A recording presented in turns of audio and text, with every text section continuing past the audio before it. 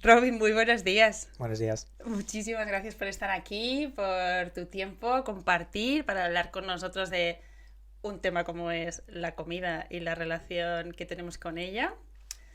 Tanto placer y tanto amor y tanto odio a la vez en ocasiones. Así que gracias, es un placer tenerte. Gracias a ti por invitarme y encantado de participar. Qué bien.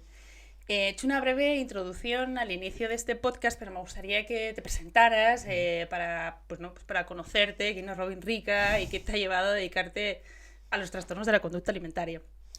Bueno, yo soy psicólogo y realmente, pues, casualidades de la vida en la carrera. Tuve una profesora que era especialista en esto y bueno, me metió el gusanillo del interés por estos trastornos tan complejos y desde entonces hasta ahora pues llevo trabajando con personas con trastornos alimentarios. Hoy vamos a hablar de, entre otras cosas que puedan ir surgiendo, de la adicción a la comida, del trastorno por atracón, pero me parece interesante que nos hagas una introducción. Te voy a hacer algunas preguntas sobre qué es un TCA, un trastorno de la conducta alimentaria. Bueno, hablamos de trastornos de la conducta alimentaria cuando obviamente hay una alteración en la relación con la comida, sea por exceso o sea por restricción, y luego también asociado generalmente a una insatisfacción, unos niveles importantes de insatisfacción corporal. Generalmente cuando hablamos de trastornos de la conducta alimentaria solemos pensar en la anorexia, en la bulimia, en el trastorno por atracón, aunque hay otros que son los que, estos tres, ¿no?, por así decirlo, son los que tienen también ese componente de insatisfacción corporal y luego pues tenemos otros cuadros de alteraciones graves de la comida que se ven pues probablemente en otras poblaciones como la pica o el trastorno de rumiación, es decir, otros cuadros en los cuales hay alteraciones importantes de la conducta del comer, pero que no tienen este componente de insatisfacción corporal y los vemos en otras poblaciones, pues a lo mejor en personas con discapacidad, en fin, en otro tipo de situaciones. ¿Y cómo crees que comienza a desarrollarse un trastorno de la conducta alimentaria de los tres principales, por ejemplo, que nos has contado? Bueno, nunca podemos hablar de una causalidad lineal ni una causa única. Esta es una enfermedad muy compleja, es una enfermedad multifactorial en la que juegan un papel desde factores genéticos a elementos individuales de la propia persona, de su historia, elementos familiares, sociales, etcétera. Con lo cual es el cúmulo de un montón de cosas, pero siempre vamos a tener de fondo esas dificultades en la regulación emocional, esas dificultades en la autoestima, esa exigencia. Vamos a encontrarnos siempre como algunos elementos comunes, ¿no? Siempre decimos que esta enfermedad de una u otra manera llena un vacío y que las personas que la sufren pues de alguna manera llenan algo con el síntoma, ¿no? Es nuestro papel intentar acompañarles para encontrar una alternativa que les sirva y que les sea realmente útil y que les aporte eso que necesitan de una manera menos destructiva. Claro, cómo llenar ese vacío. ¿Y cómo se comporta, por ejemplo, a nivel de género? Porque es verdad que normalmente todos tenemos asociados que es un diagnóstico más de mujeres, pero quería preguntarte cómo funciona a nivel género, o sea, si realmente esas estadísticas son tan reales actualmente o ya empieza a haber cambios. Bueno, de siempre hemos hablado de los trastornos alimentarios como una patología femenina. Eh, en gran parte lo sigue siendo. Siempre el dato que tenemos a nivel de anorexia y bulimia principalmente era de 10, 9, 10 mujeres por cada varón.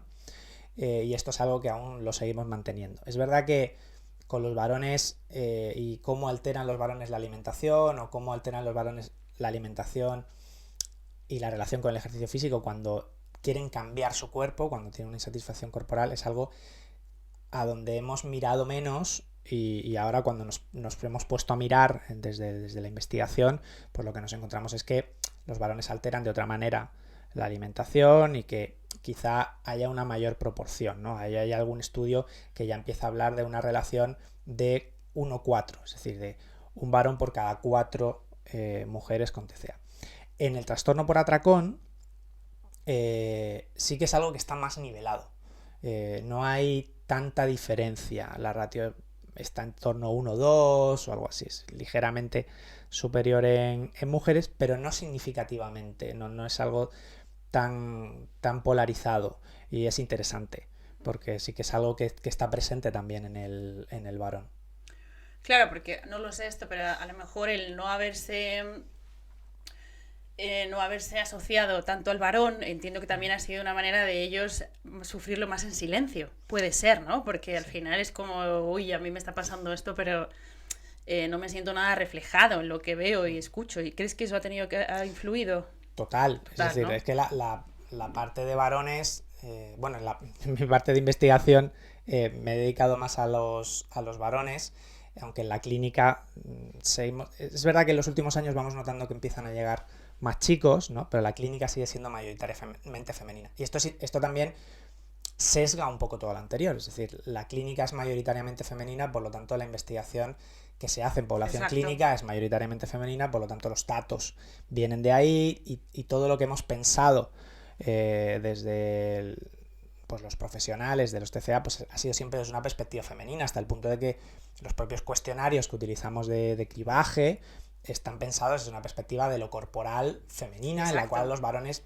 no entran, no sintonizan mucho con eso. Ahora tenemos herramientas más específicas, pero es verdad que ha habido se ha pensado que esta enfermedad afecta igual a varones y mujeres, y que no hacía falta estudiar a los varones porque se iba a expresar de la misma manera. Y realmente, aunque hay casos que sí se expresan de una manera muy similar, por lo general es diferente. La realidad corporal del varón es diferente, la relación con la comida es diferente, la percepción que tiene el varón de una gran cantidad de comida es diferente, por lo general, de la que tienen las mujeres. Entonces, hay una serie de particularidades a las cuales nos hemos acercado en los últimos 10 años, por así decirlo. Entonces, nos queda todavía mucho camino. Las cosas de la comida con el varón tienen que ver con el volumen muscular, tienen que ver con otra serie de cosas, y hay una diferencia. Entonces, el varón con TCA se ha sentido durante muchos años doblemente estigmatizado, es decir, tanto por el estigma de la enfermedad mental en general, como particularmente el estigma de los trastornos alimentarios, que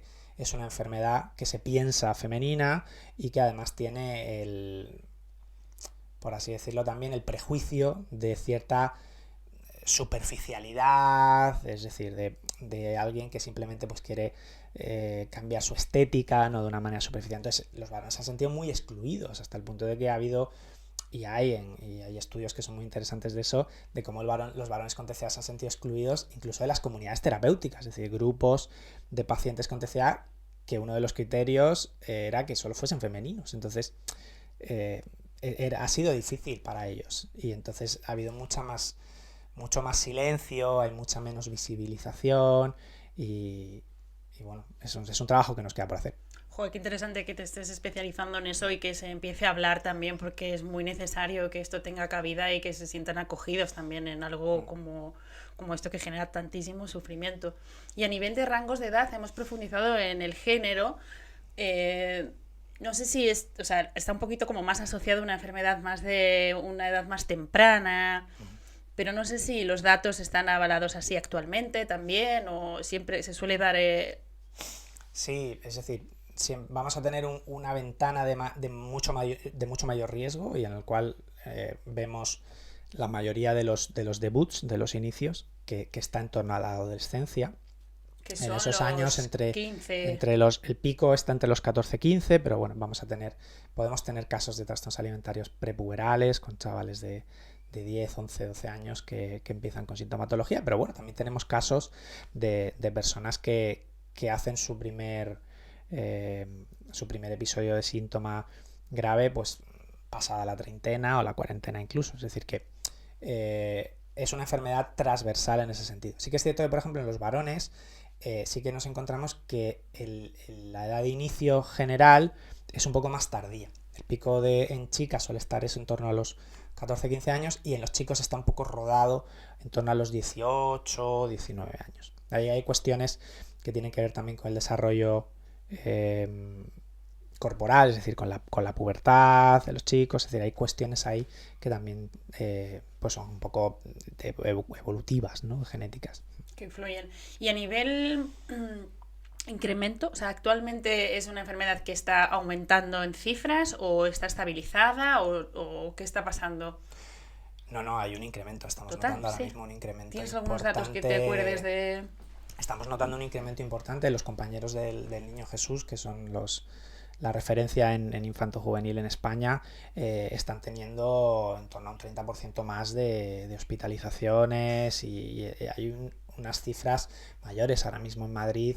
En las unidades de trastornos alimentarios hay importantes listas de espera, pero ya no solo en la pública, sino estamos llegando a los centros privados en lista de espera. Estamos ahora mismo en una situación en la cual estamos notando un volumen nunca visto ahora mismo en las consultas. ¡Wow! Y a nivel interno, cuando entra este debate en vuestras mesas, que seguro que aparece, de cómo abordamos, cómo somos capaces, cómo podemos ampliar esta ayuda y este servicio, ¿qué desafíos salen a nivel, pues desde lo más ciudadano, político, que es un poco amplio, pero un poco lo primero que te viene a la cabeza cuando dices, pues mira, nuestro mayor desafío ahora mismo para poder abordar esta gran demanda sería?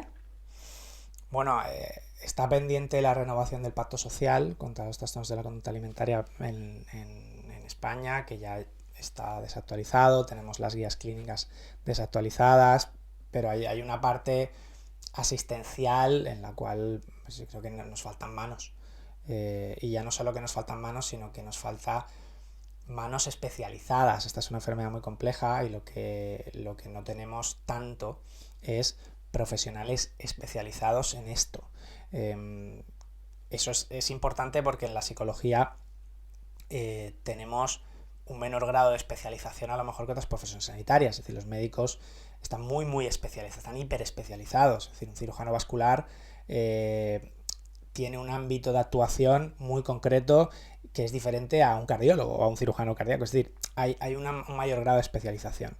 En psicología nuestras especializaciones van más en cuanto a desde qué corriente uno trabaja, es decir, tenemos todavía mucho más lío con esto y esta es una enfermedad muy compleja que requiere de una formación muy especializada para entenderla mejor, para aproximarte de manera adecuada y luego para sostener todo el proceso de tratamiento que es muy largo. Entonces nos faltan manos especializadas, tanto en la pública como en la privada.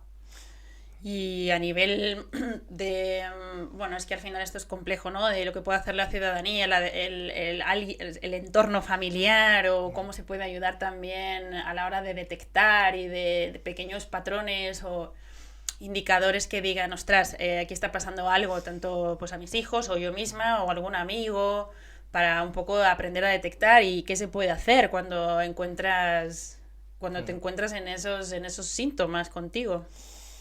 A la hora de detectar una cosa que tiene esta enfermedad es que muchas veces no hay demasiada conciencia de enfermedad y las personas en una parte de ellas pues no quieren cambiar, entonces es una sintomatología que se oculta.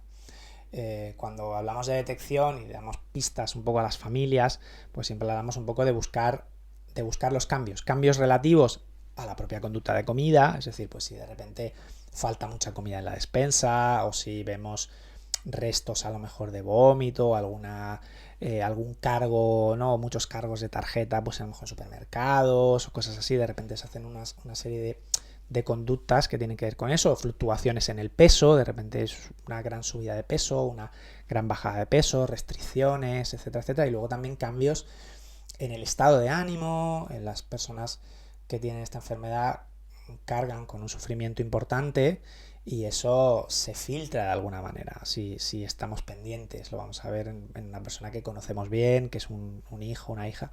Vamos a ver que realmente pues lo vamos a ver más irascible o más triste o menos comunicativo, más hermético, que no quiere comer con la familia, ¿no? Es decir, cuando nos encontramos este tipo de cosas pues ya nos ponen sobre la pista de la posibilidad de que algo esté pasando. Si eso vamos recogiendo huellas y vemos que realmente es algo que puede ser una realidad en casa, lo más importante es acudir a un profesional. Es decir, una cosa importante también de estos trastornos que al tener que ver con la comida y al tener que ver con algo un poco sobre lo que presuponemos un control sencillo, que es comer de una determinada manera, o no comer ciertas cosas para perder peso, para lo que sea, se termina banalizando muchas veces el abordaje, y eso va siempre en detrimento de las personas que lo sufren. Es decir, si una persona que hemos detectado que hay un problema con la comida, en tanto que la comida es un elemento de sufrimiento para la persona, porque no la puede manejar, porque se excede o porque le da miedo, y su imagen corporal es un elemento de sufrimiento y es algo que está permanentemente ahí, y nuestro planteamiento a la hora de aproximarnos a eso, de reducir ese sufrimiento, es, por ejemplo, acudir simplemente a un nutricionista, pues probablemente estemos errando en el planteamiento. Es decir, no estamos acudiendo al servicio al que tenemos que acudir. Esto es una cuestión de salud mental, tendríamos que acudir a profesionales de la salud mental, que luego ya ellos estarán integrados y trabajando en red con otros profesionales, y ahí habrá nutricionistas y ahí habrá otros profesionales implicados. Pero muchas veces nos encontramos esto, es decir, que se aborda desde lo endocrino, o se aborda desde la nutrición, simplemente, claro, en lugar de realmente tener un profesional de referencia de salud mental, porque esto es una patología de salud mental, y que a partir de ahí se genere una red de profesionales. Sí, porque además es un clásico, ¿no? Acudir a tu endocrino y que te diga esta dieta, y entonces te cae el peso de la fuerza de voluntad. Exacto. Que la fuerza de voluntad aquí no entra en juego, porque es que está totalmente alterada. Entonces se fomenta todavía más la persona con el estrés de su complejidad, de no poder abordar ella con su nutricionista o él con su nutricionista este tema. Qué interesante escucharte, Robin. Muchas gracias. Te quería preguntar, volviendo a las adicciones, ¿qué relación crees que hay entre los trastornos de la conducta de alimentación y las adicciones? Bueno, hay como diferentes posibles relaciones. Al final, el circuito de recompensa, por así decirlo, a nivel cerebral, a nivel químico, se activa tanto con la comida como con determinadas sustancias que producen adicciones. Con lo cual podemos hablar de que a nivel pues cerebral o químico hay cierto perfil similar o cierto posible solapamiento. Nos encontramos personas que tienen un cuadro de adicción inicialmente y que luego desarrollan una sintomatología alimentaria, y personas que desarrollan una sintomatología alimentaria y posteriormente empiezan a consumir determinadas sustancias. ¿Hay un porcentaje mayor u otro en esta casuística? Es más el porcentaje de gente que desde el trastorno alimentario consume sustancias que el otro viaje. También pasa, pero es menos frecuente. ¿Vale? Sí que nos lo vamos a encontrar en este sentido, porque al final tanto el propio trastorno alimentario como muchas veces el consumo no deja de ser un elemento de regulación emocional. Entonces, cuando yo tengo mucho que regular y siento que no tengo estrategias adaptativas que realmente me sirvan, sin que sean autodestructivas, pues la sintomatología con la comida puede no ser del todo suficiente en un momento dado. Entonces también me recurro al consumo de sustancias, o también puedo recurrir a autolesiones, o puedo recurrir, es decir, que podemos encontrarnos ese perfil un poco multiimpulsivo, en el que nos vamos a encontrar muchas conductas relacionadas con el control de los impulsos. ¿Crees que podemos hablar de adicción a la comida, propiamente dicho? O sea, porque al final es que no sé cuántos estudios hay avalados que científicamente se pueda decir propiamente adicción a la comida. Es un comportamiento conductual.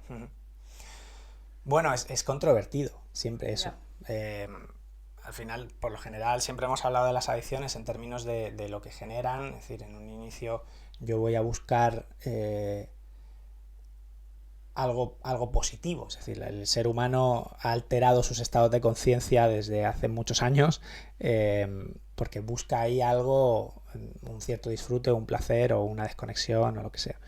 Luego eso llega un momento que ya termino consumiendo no por lo que me aporta la sustancia, sino por ahorrarme lo que me aportaría no consumirla, es decir, todo ese malestar. Entonces se empieza a sostener desde un refuerzo negativo en lugar desde lo que a mí me me produce la propia sustancia. Entonces, en ese sentido siempre hablamos de los fenómenos pues, de tolerancia, yo cada vez necesito más sustancia para obtener el mismo efecto, la abstinencia, ese malestar cuando dejo de consumir, etcétera, etcétera. Entonces, con la adicción a la comida, sí que es verdad que los pacientes a veces sienten cierta sensación de aparente abstinencia, pero no sé, es difícil saber hasta qué punto pues realmente hay algo ahí orgánico, o es más la sensación de la privación o de la restricción del no poder hacer algo y al final seguir teniendo un impulso que no puedo controlar o una emoción que necesito regular y no sé cómo. Y sigo pensando en eso porque es la estrategia que tengo al final.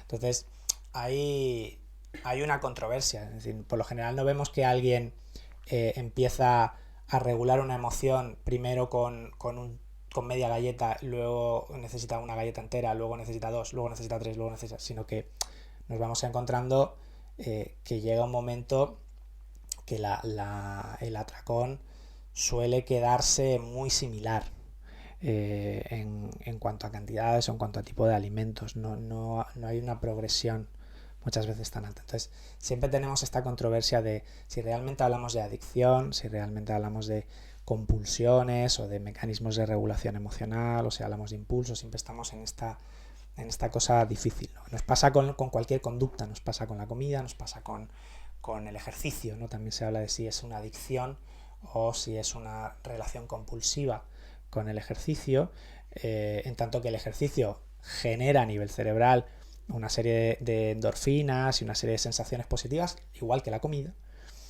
pero bueno, también hay una serie de conductas que tienen que ver con la regulación emocional. Entonces, siempre estamos en esta controversia de términos. Normal, si es que al final también un poco me venía que definir es limitar a veces en un sentido, ¿no? Entonces, como poder moverte ahí, creo que al final, o sea, no es que sea necesario, es que es una realidad, que al final es difícil poner nuevos términos también, nuevos trastornos, nuevas maneras, ¿no? Como queremos a veces también acotar y poner ahí toda la etiqueta y bueno, pues no es nada fácil desde luego. Por profundizar un poquito más en el trastorno por atracón, que creo que es lo que más asociado puede estar con una adicción, te quería preguntar cómo se comporta y qué diferencias hay con la bulimia nerviosa. La diferencia principal es que en ambos nos vamos a encontrar la conducta del exceso con la comida, la conducta de atracón. La conducta de atracón no tiene que ver solo con la cantidad de comida, sino que tiene que ver con la sensación de falta de control que siente la persona cuando está comiendo. A veces las personas viven con muchísima ansiedad comerse algo que a lo mejor objetivamente no es tan excesivo.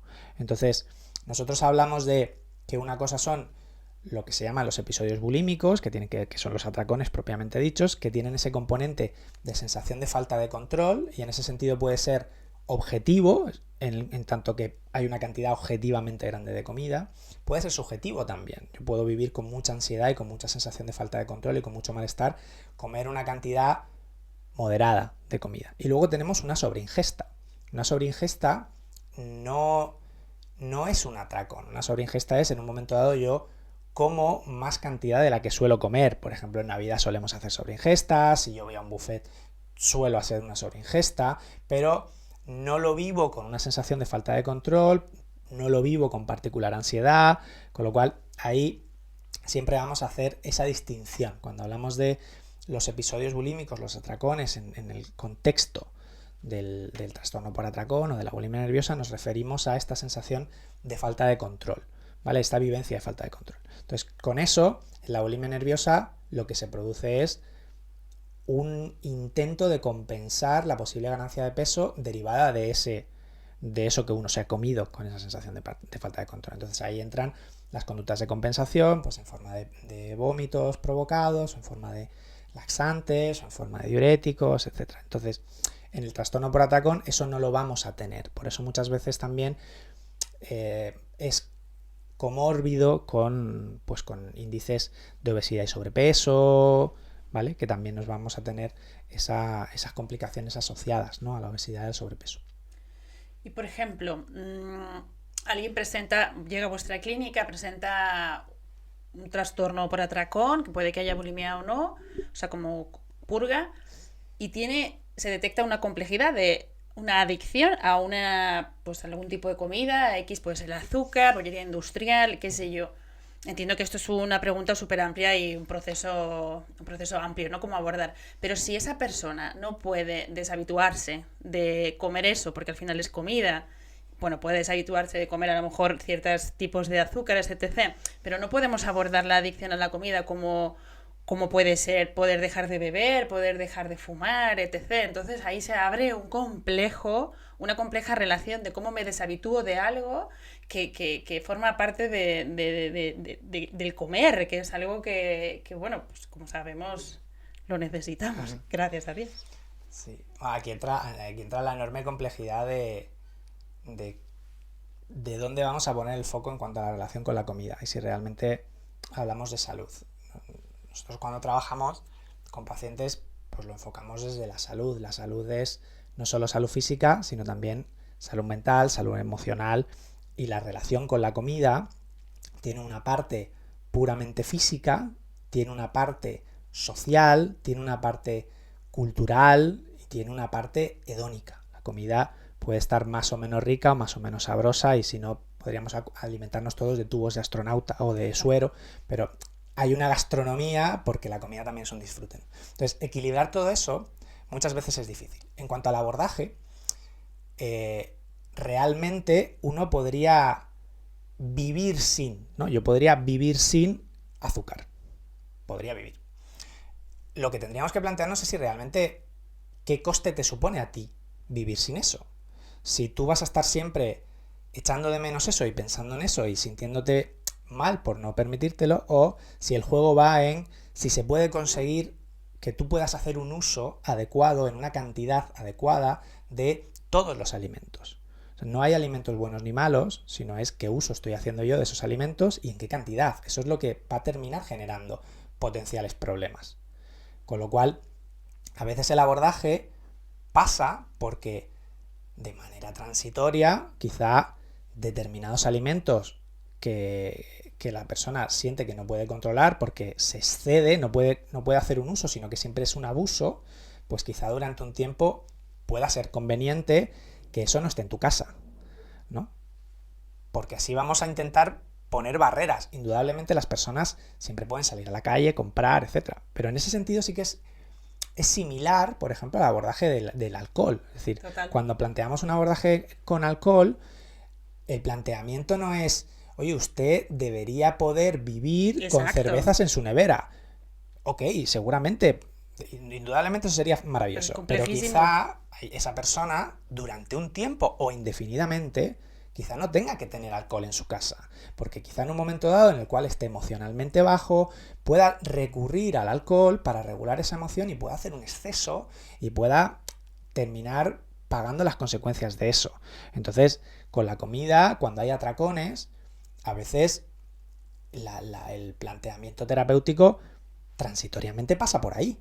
Es decir, oye, quizá estas galletas que tú sueles comer en los atracones y solo en los atracones, porque muchas veces es alimento casi solo para la enfermedad, ¿no? Muchas veces nosotros hablamos de la enfermedad como algo diferente para poder conceptualizarlo y hablar de eso. Es casi como el que tiene la comida del perro, ¿no? La comida que solo come el perro, ¿no? Y entonces yo se la pongo en un cuenco en un momento concreto, pero yo no la uso. Entonces las personas, muchas veces que se dan atracones, esa comida solo la comen en el contexto del atracón, no la comen en otro momento, no hacen uso de eso. Entonces, poder hacer uso es algo que es interesante trabajar, sobre todo porque suelen ser cosas que a las personas les gusta comer. Y hay una cuestión de qué uso se está haciendo de eso, si hay un exceso y tal. ¿Que se puede vivir la vida sin galletas príncipe? Indudablemente. O sin lo que sea. Ahora bien, si a ti te gustan, quizá podamos pensar en qué momento tú podrás hacer un uso adecuado de eso.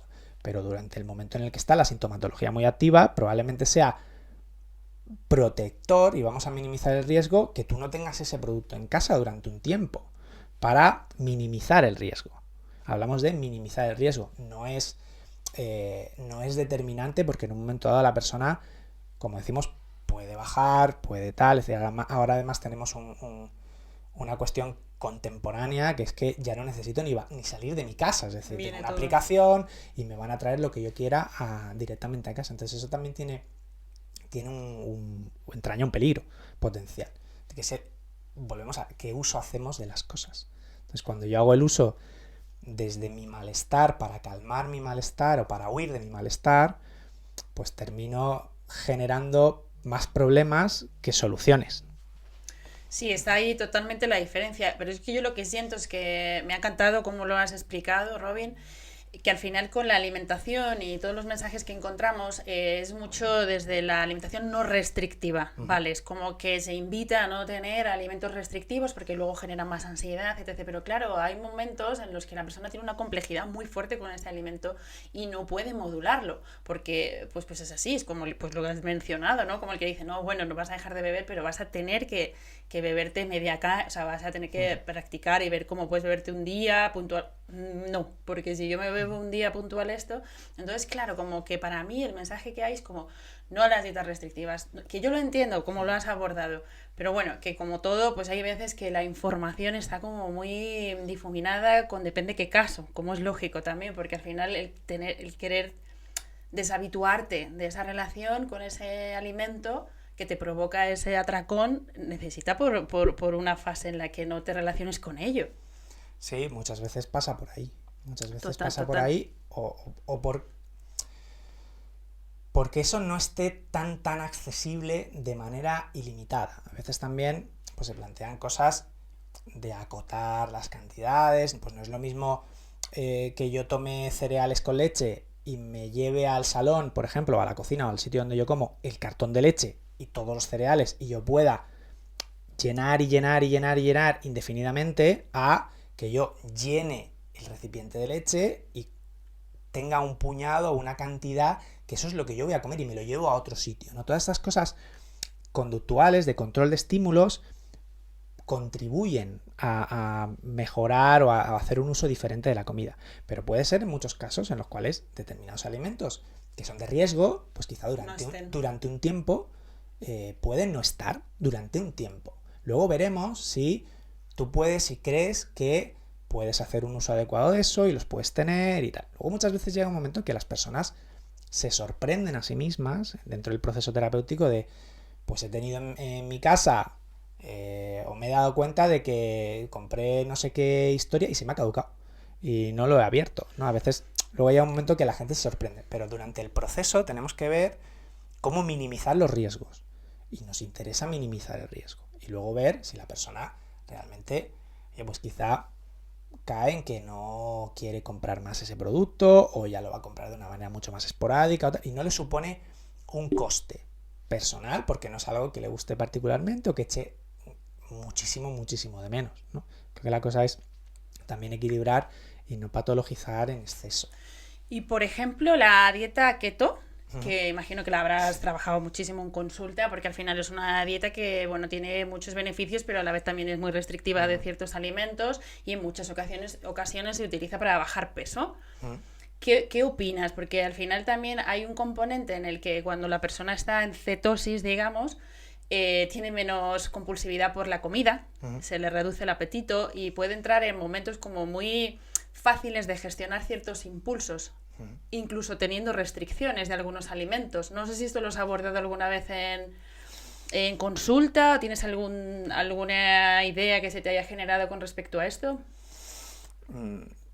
Es decir, no sé, creo que estamos en un momento actualmente en el que creo que es muy complicado saber qué es comer normal. ¿Qué es comer normal? Y buscamos recurrentemente maneras cada vez sabemos más, ¿no? Entonces queremos como hackear el mecanismo natural para ver si me sirve, pero realmente en general suelen ser cosas orientadas a la pérdida de peso y orientadas a la pérdida de peso en poblaciones que muchas veces no están en sobrepeso o obesidad, sino personas que están en normopeso que quieren perder un poco de peso.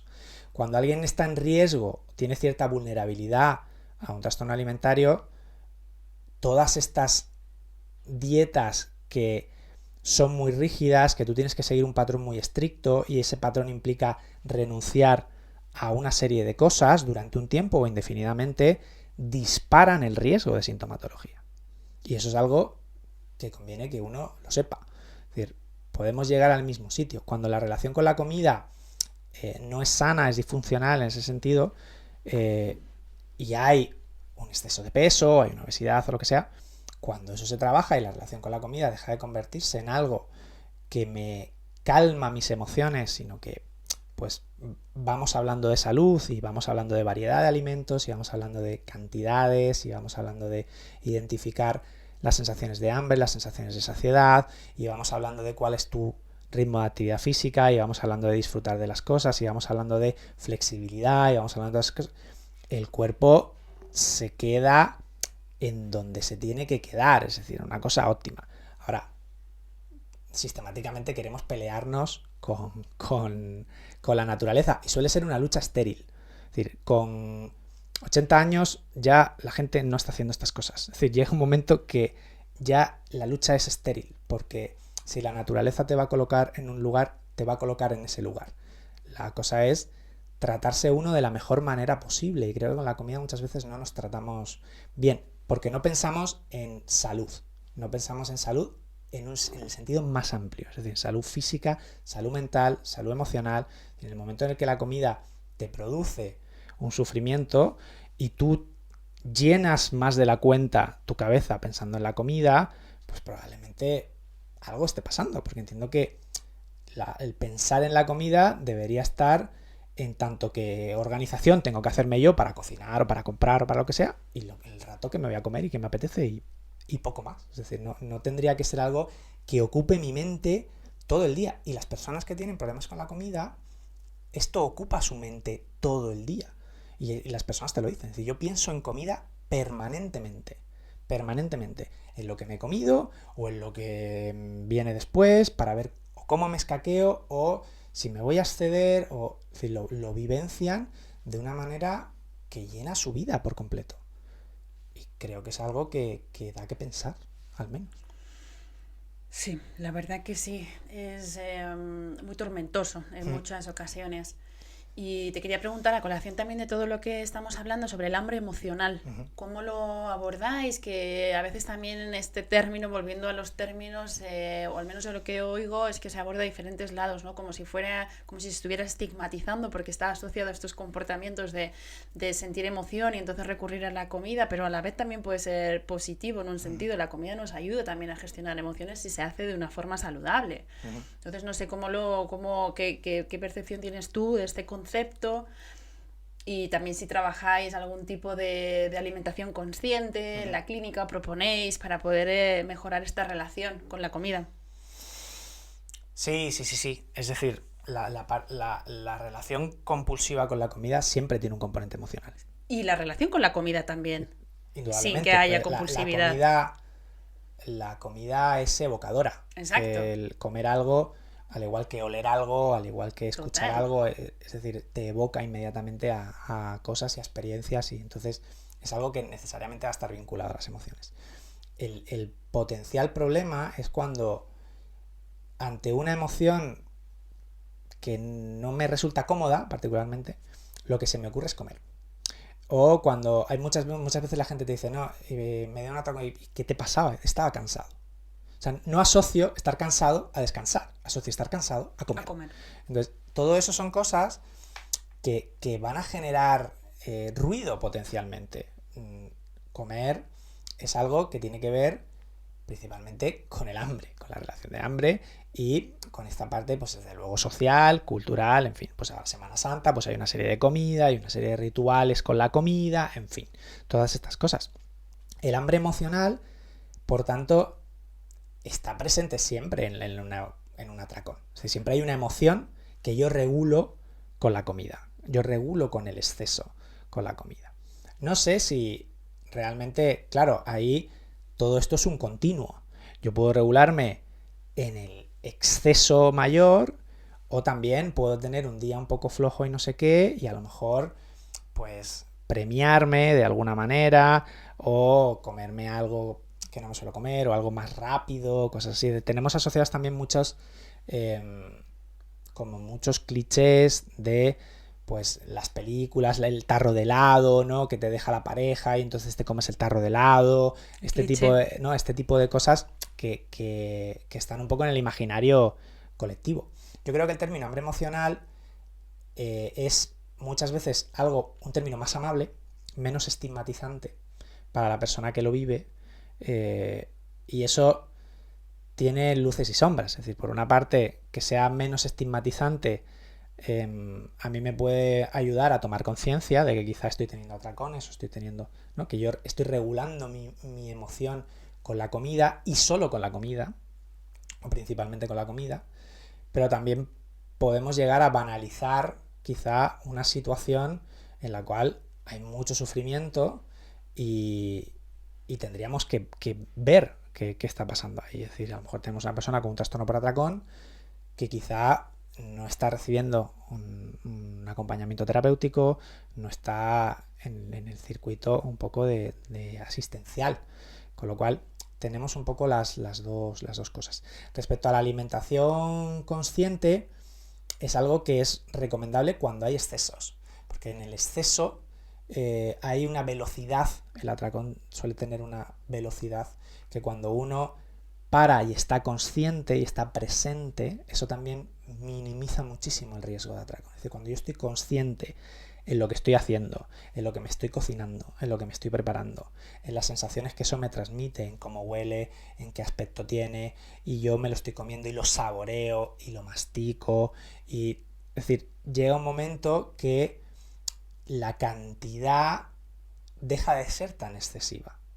Cuando más presente estoy yo en mi emoción, más margen tengo para regularla de otras maneras.